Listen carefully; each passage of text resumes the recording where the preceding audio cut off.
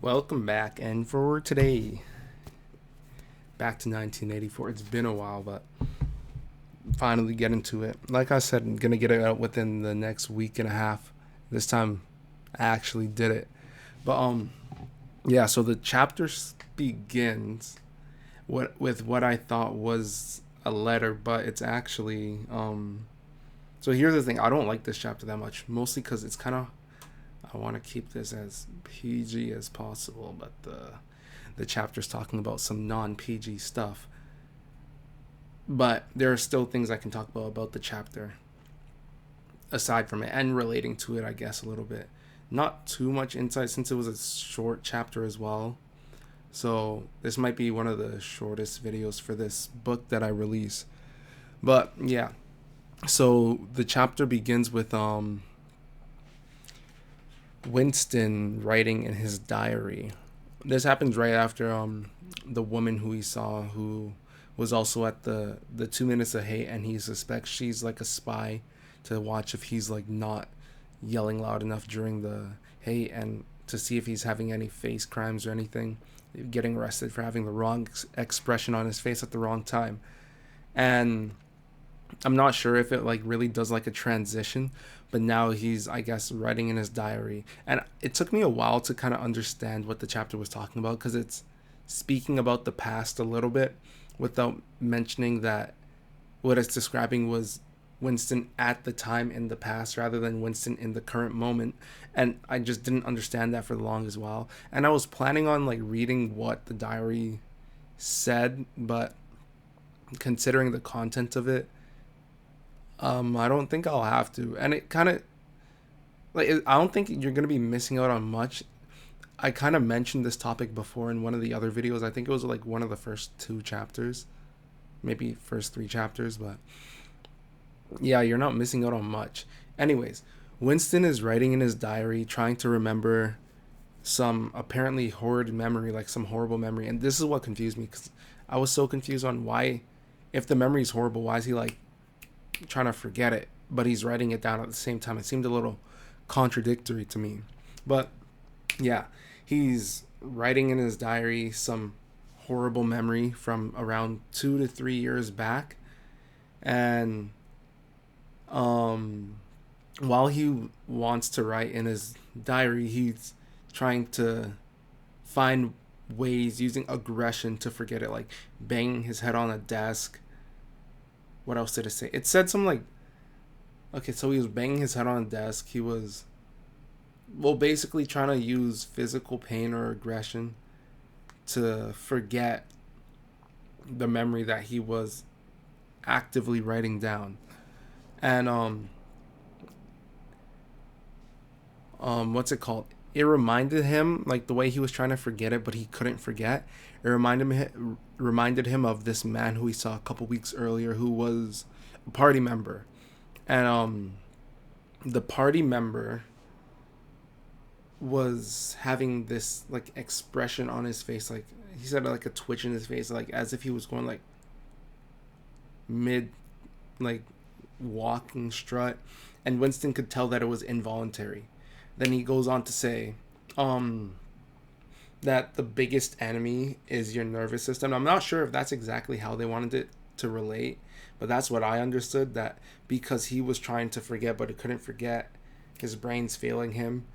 And the biggest enemy that you can have in this society is a failing nervous system. And I think what was described as like Tourette's, so like the guy had an involuntary um expression that went onto his face for just a split second, then it went away. And he goes on to say that this is like the only important thing aside from like the weird stuff the chapter's talking about that I think I can mention, even though I'll just talk about it anyways, just in PG terms, I guess.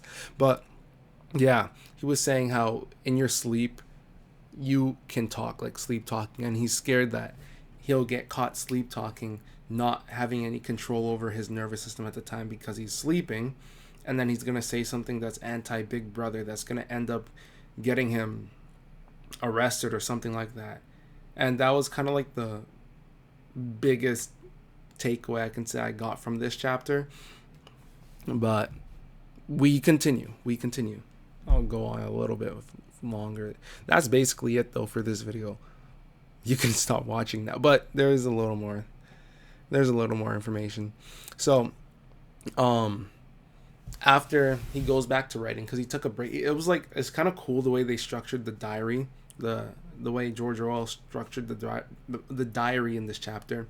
He like writes a little bit, then it shows what his thoughts are or what his thoughts were at the time of the memory that he's writing down, and then it explains a little bit, goes back, explains a little bit, and it kind of like feels as if you're the one writing, or it's written from a perspective or narrated from a perspective that it feels as if he's like, I guess it really humanizes him in that sense because it feels like it's an actual human thought process. So it cuts out after the first little bit. I'm not gonna say what it said in it. He was just talking about this woman who he met around 2 to 3 years back, and basically, well, it's some illegal activity he was doing. But Winston smells the odor of bugs, dirty clothes, and cheap perfume at the time when he's like walking down an alley, coming from a basement kitchen, and that's where he sees a woman. And let's just say he got well, he used to be married and he missed his wife. So he smells that and he knew she wasn't a woman from the party because the party women, like the members of the party, don't wear any scents, any cologne, any perfume. And it was that smell, I guess, that reminded him of his wife, which seems to contradict a later point made in the chapter describing his wife. But he was married around like 11 years prior. His wife's name was Catherine. He describes her as a tall, fair-haired woman with a bold face, like an almost noble face. That's how he describes her. But he says the only downside was that she was basically a duck speaker who just said whatever the party told her to say, just followed all those phrases. He says there's nothing that they could have told her that she wouldn't have repeated. And he had a nickname for her called the Human Soundtrack, and she just like repeat the slogans of the party, repeat all the rhetoric, all the propaganda. And yeah. But yeah, so the woman that he meets, she reminds him of his wife. And the reason why divorce is divorce is illegal in Ingsoc society, but the reason why he and his wife separated around 10 years prior was because they couldn't have a kid. And well, he wasn't in it for the child, but she was, because in the party, it's illegal to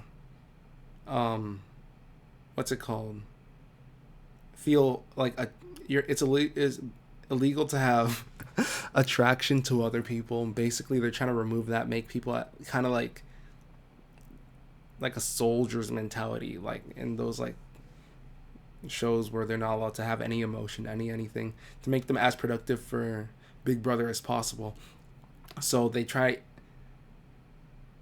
it words it as break down any form of bond or love, like even just like a family unit that could cause people to like feel more connected with that unit rather than the government, and the government doesn't want that. So basically they try removing any sort of intimacy or anything, and everything that marriages and couples are for is just for the continuation of the propaganda and the lifestyle that Ingsoc deems fit. So children are taught from a young age that basically the only reason to have a child is not because you love the child, but because the child is, as Catherine, Winston's ex-wife or wife, put it, the duty to Big Brother. So that's basically their main motive, right? And Winston, well, he didn't like that. He had other motives, but he got tired of her because she was annoying to live with, as he said, because she would always repeat the slogans of the party. But he only put up with it for a little bit until he finally convinced her that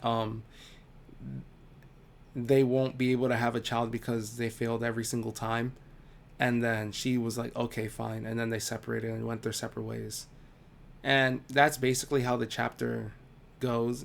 It mentions that the woman who he met with 3 years prior was old, and that's why he was like so disturbed by the memory, and he was disgusted by her because she had no teeth and she was old, but he at the time didn't care. But yeah, it's not my favorite chapter. Hopefully the next one's better. I didn't look at it at all. No sneak peek this time.